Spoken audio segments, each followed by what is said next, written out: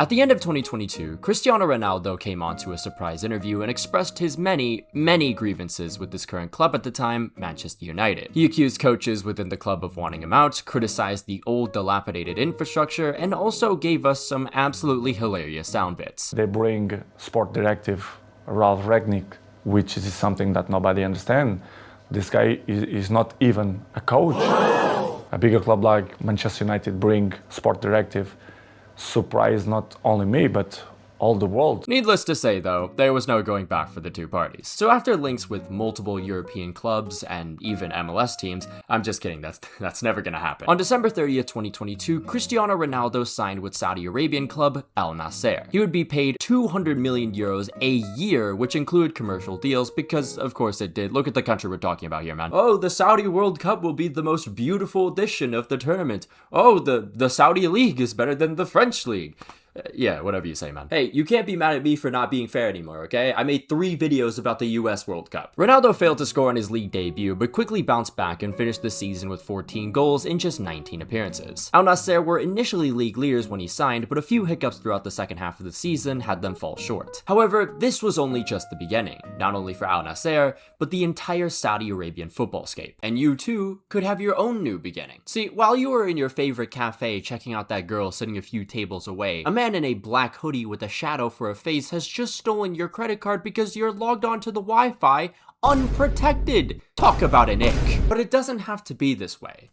Thanks to today's sponsor, Surfshark. Surfshark uses humanized privacy and security solutions to safeguard your data, meaning you can now browse the internet safely without any stress of someone stealing your personal information. Surfshark also has some new features this year, including one that detects email scams. Also, I'll be in Japan for most of March. Yes, I know. So a lot of my streaming services that I use in the States won't be available there, which is not good at all because I need to be there to hate watch Real Madrid no matter the hour. Thankfully though, Surfshark allows you to access any region-locked content from anywhere in the world with their over 4,500 servers in 140 different locations. With one simple click, I can virtually teleport from Tokyo JP to the US and have my generational hate watch. So, have I got you excited now? Well, if so, you can use my link displayed on the video or in the description to get Surfshark for an extra 4 free months. And there's no risk in trying this out because Surfshark has a 30-day money-back guarantee. So use my link, surfshark.com/Mac, to access region-locked content anywhere in the world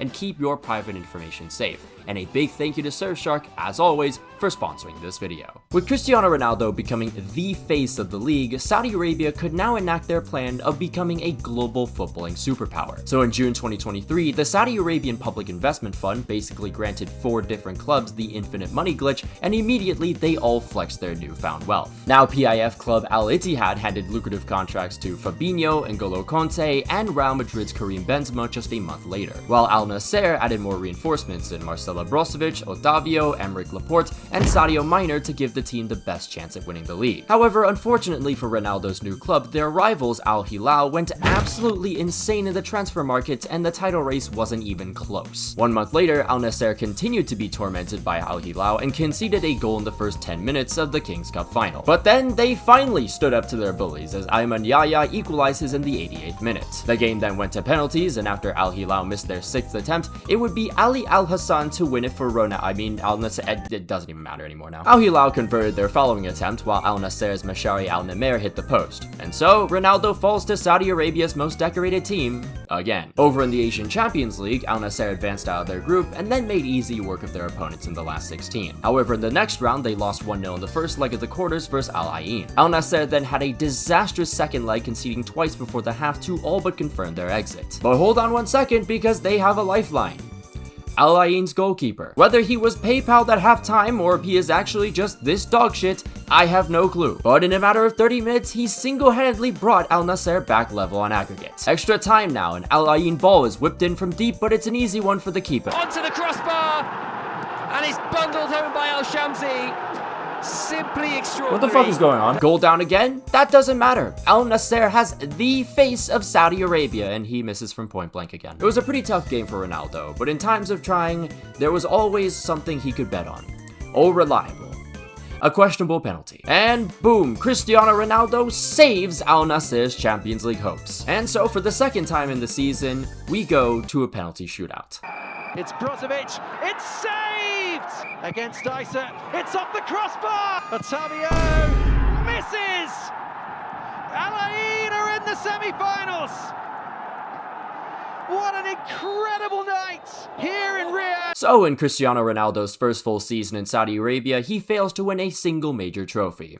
But hey, he did score 50 goals in all competitions. To begin the 2024-25 season, Al Nassr decided to bring in a couple defensive reinforcements. Their first choice keeper left on a free, so to replace him, the club brought in 24-year-old Bento. Then they added young and up-and-coming fullback Mohamed Simikan from Leipzig. Al Nassr during the summer also brought in 2 new forwards. But again though, this paled in comparison to the activity from the other clubs. Al Hilal added one of the best fullbacks at that time, Joao Cancelo, and a very promising Marcos Leonardo, while Al Ittihad continued to put a bunch of solid players around Benzema and Conte. Al Nassr had a pretty slow start to the season, with manager Luis Castro pretty much sealing his fate after the team was humiliated in the Super Cup. But now, here was an opportunity to bring in a new, proven coach that could turn things around.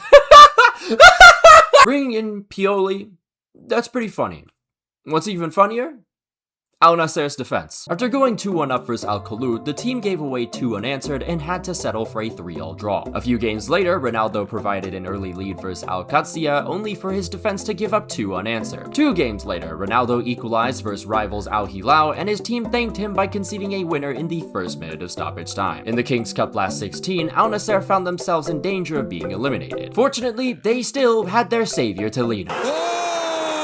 Now sitting 8 points from the top in January, Al Nassr needed to do something about that defense in order to stay in the thick of things. So they splashed 80 million on striker John Duran. Would you excuse me? Just for a second.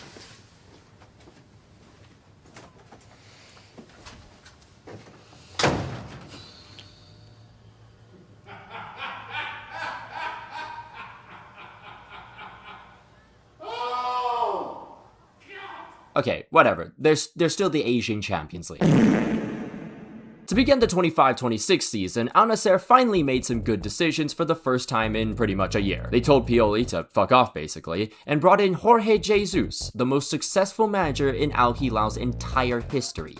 Jackpot. Al Nassr then brought in some new attackers to support Ronaldo, including a guy who everyone thought would be the next Ronaldo. And get this, a new defender in Inigo Martinez from Barcelona. However, so far, Al Nassr is already out of the Kings Cup again, and they lost in the final of the Super Cup again. However, in the league, Jorge Jesus' team is only 1 point off the top right now. After being instrumental in Al Ittihad's 24-25 title-winning season, Karim Benzema felt insulted during negotiations regarding an extension with the club. As a result, the relationship between the two parties quickly soured to the point that it was rumored that the Saudi PIF became concerned about Benzema potentially leaving the country. This then prompted the PIF to pretty much orchestrate their own move. They took Benzema from one of their clubs, Al Ittihad, to another in Al Hilal.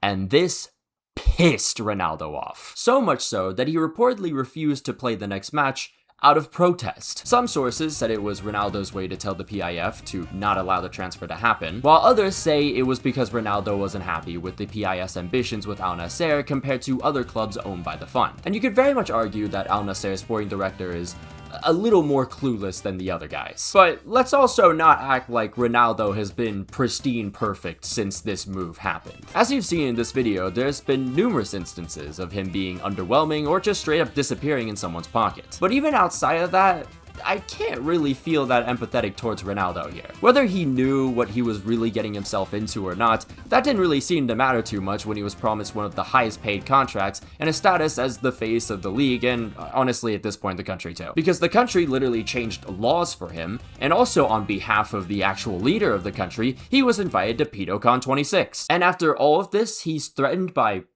Karim Benzema? Even throwing a fit about it, having not played the last 2 games since this transfer happens. And again, Al Nassr is literally 1 single point from Al Hilal. It's not like they're outside the top 4 or some shit. And Ronaldo, again, is throwing this much of a tantrum. This is the guy who built this whole image around hard work and discipline. But then he gives up like this? Is this really one of the greats of our sport, bro? But what do you guys think about this whole situation? Let me know down below. Of course, though, a massive shout out to all our members, including Janos Balas, German Sayu 7, Jeremiah Owusu Ajimang, Django, Anazir Makalankam, Alex Rod, Kentra Gatra, Saint Terrence, Sylvia Citrus, Cheesebait, Winder Gel, Fing Likes Rugby More, Davox, The Portugizer, Wise Orange, Polo Protos, Fun Fan, A Ghostly Owl, Coney Wolves, Lickstab, Mud Tanai, Apollo, Thrilling ADT13, Los Milos, LeJames Braun, Vasino, Napsai, Money Cash Host, Quantavious Pork, Lily Lover, Stewed Monk, Red Yellow, Fuxi, MXN, Harry Maguire's Love Toenail, Flaquito, Terry's Thoughts, Kev C, Dominic Griffin, Kyla Krebs, Mohammed Altanib, Nish, Patrick Barley, Rashford God 5, Raspberry Ale, and Unbroken Persona. If you'd like to become a member on the channel, there'll be a link down below and up in the annotations. You can follow my Twitter if you want, follow my Instagram if you like, follow my Twitch. I'll be doing more live streams once Arsenal starts playing some Champions League games. Maybe not the ones in March though, because I'll be in Japan, but you never know. But until then, I'll see you guys.